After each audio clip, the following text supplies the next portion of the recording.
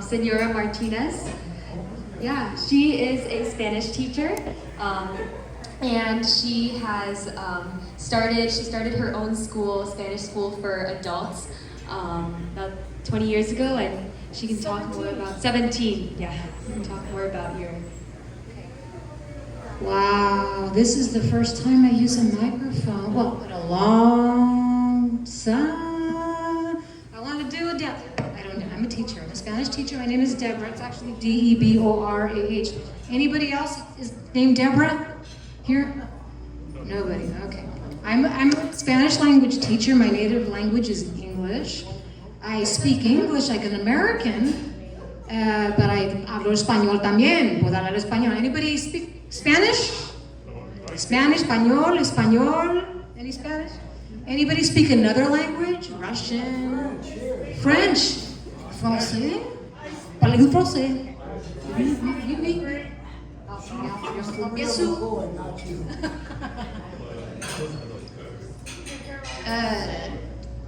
je m'appelle Deborah. Mon nom c'est Esther. Bon, enchantée. Pardon? Que voulez-vous que je vous dise en français? Il n'y a pas grand-chose. Je suis là pour faire mon dîner, puis c'est tout. Comprendons, do you understand? Anybody understand? Wow! Ça fait beaucoup de temps que je ne parle français. Beaucoup de temps. Merci. Any other languages? French, Français? My brothers went to school and they could only speak Greek. And their teacher said, you have to talk English. And she said if I knew English, I wouldn't send them to school. That was very popular to not teach not allow other people to speak, other languages to be spoken in the past. They pushed only English. What language do you speak? Are you second language? I speak English and Greek. Greek. I don't know any Greek. Any other languages? Greek, French. Any other languages? Any other? No. Russian. Spanish here. Spanish? Español. Sí. ¿Usted de dónde es usted? Where are you from? Originalmente. Oh, California. I was born in California. So your parents spoke Spanish? Yes.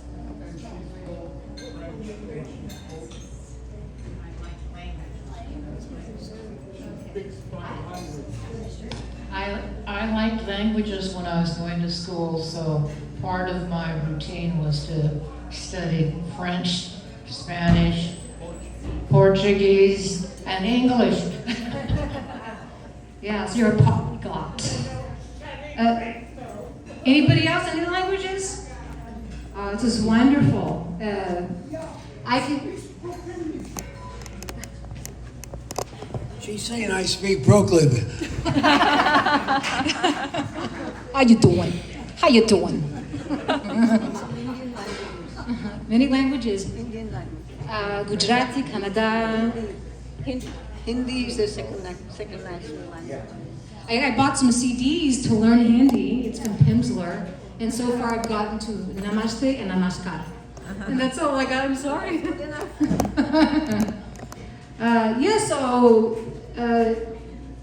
I do speak Spanish. I was born in a household that was bilingual, but our parents, like the lady here said, that she was discouraged discouraged from speaking Greek. We were kind of discouraged from speaking Spanish. English was the language. Like the senora, the man here who speaks Spanish and English, that's why my accent is an accent like this. But if I want to talk Spanish, I want to talk English like this with an accent because I'm a Spanish teacher.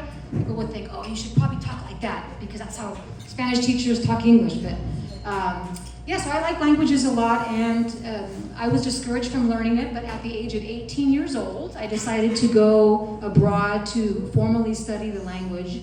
So I went to Spain. How many of you have traveled a lot all over the world? That's the best way to learn. The best way, yeah, exactly. So I lived in Spain, studied in Spain, and came back and fell in love with Spain and brought Spain back with me, and a part of Spain in the form of flesh and blood. I brought back with me, so I had Spain here with me. How many languages do you know? Well, the question is, how many languages do I know? How many languages I know really well, where I could teach it? English and Spanish. Or what languages do I study? Currently, I'm studying Farsi. So it's the language of Iran. Anybody speak Farsi? So yeah, that's my third language. A little bit of Mandarin, Tonghua, but I'm not studying that right now. French, it's a long time. And what else? That's a little bit. Arabic, a little bit. There's a Mandarin restaurant, yeah? It's very good food. Chinese food's good. In China, the food is a lot different from the Chinese American food. Believe me on that. But the question of the topic, I'm going off topic. The topic is intergenerational learning of languages. When I was, now it's a lot different. In the schools, the students use computers, a lot of computer. But back in the day when there were no computers, you just had to repeat and practice hearing yourself speaking it. So it was a lot different back then. Now, because of the technology, you can learn a lot of languages from sitting down. You can go on the internet and go to YouTube and learn all kinds of languages, but it was different back then. But like was mentioned, it was kind of difficult to speak other languages. Oh, speaking of difficult to speak other languages outside of the house is kind of discouraging when I'm just speaking English. Anybody here from California? Are you from this area natively? So you've been California. It's a lot different in this area now. There's like before, back in the 70s, I was born in 1969, it was practically all orchards. Now it's a lot of buildings, Silicon Valley. So it's a lot different. One of the things, I'm not timing myself, you have to tell me. I'm good. Okay, just let me know. Shake me. One of the things that I use to teach a language and to learn a language is music. Music is so powerful. The young people want to hear the new music of today in Spanish, like there's some bands called Bad Bunny, not a good bunny, he's a bad bunny, and a lot of rap. But in the past, songs from the 1960s and 70s and 80s is the music that I know to teach languages, but the kids don't want to learn that. So it's kind of hard for me as a 53-year-old to use the new language because I'm not attracted to that music. I'm more attracted to music from the past. I'm sure any of you play instruments? Violin, piano, yeah? Okay. And they probably all like music too.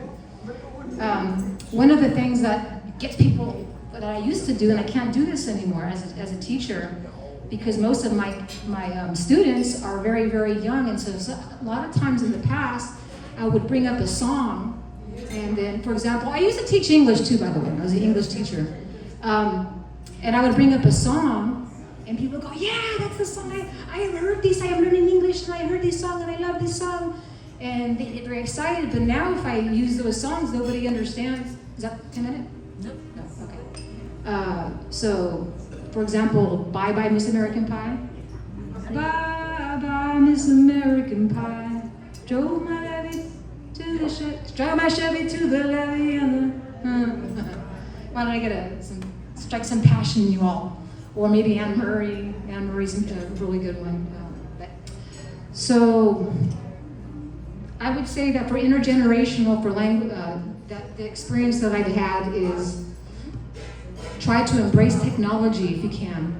One of the things that also, too, that I see that it's really hard for technology, my mother is 88 years old, and she does not want to get on the internet because she's scared of it, and she doesn't want a smartphone because she's scared of it, and one of the main thing is that the buttons are not clear enough. So the letters are too small, everything is too small. And as a 53-year-old, I'm starting to see that I'm having a hard time actually being able to handle this technology. So something that would be really helpful for any age to continue on learning languages is that the technology, it's a real simple thing, but the access of it, that the buttons are bigger, or the audio is louder, because that has to accommodate us when we get older, because our faculties are not as sharp. And it is a really, really important thing. And I think if that was resolved, many generations can go ahead and can continue on and learn not only just Spanish, but a lot of other things. The thing is the technology, the burgeoning technology is not embracing the older generation, and I say older generation, I mean like by me. As a matter of fact, today I was at the school and I was trying to understand a presentation that was projected on the wall and I couldn't read it.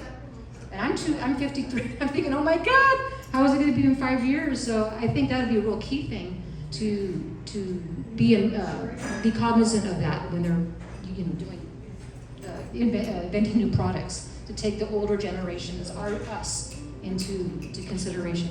I think that's all I have to say. There was a real strong entertainment element here. I thought, yeah, I'm the kind of person that walks around. So I hope, very nice to meet you all, and enjoy your meal. Oh, any questions? Yes, I do. Yes. So, do you think, with technology improving and Google Translate becoming so smart, do you think people will stop learning new languages and rely on technology instead? That is an excellent question.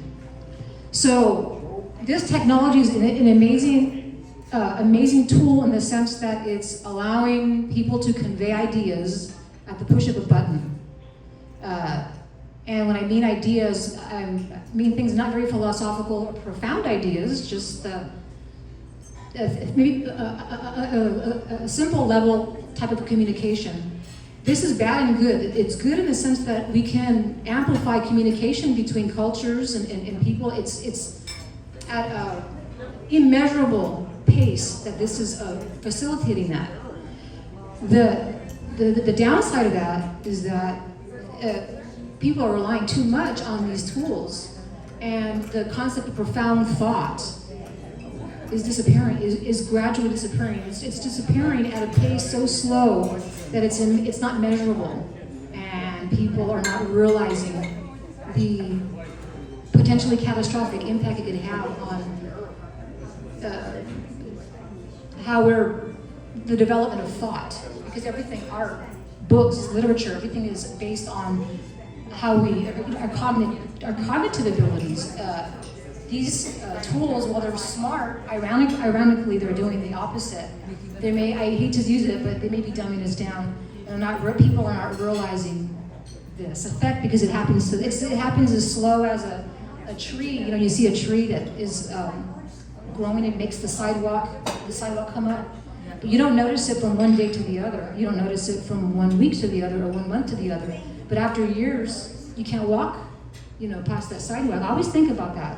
And that's what's happening right now. And many things are happening with this technology, not just with language, but there's so many things that we're not going to notice the changes until generations later, maybe decades later.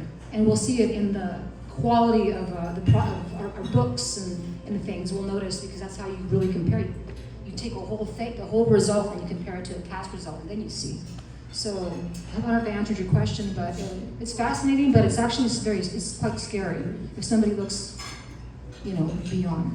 But in the meantime, it's really great to facilitate for travel, because you don't need to take classes. In the past, you just, I gotta take a Spanish class, I gotta take an Italian class, I'm gonna go travel to Paris or to Venice, and now you just gotta type it in and they show this is what I want. So. Thank you. Yeah, thank you very much, and sorry for. Thank you so much for sharing your thoughts on. I think what you said about technology and the buttons resonates with a lot of people in the audience. So I think you struck a chord.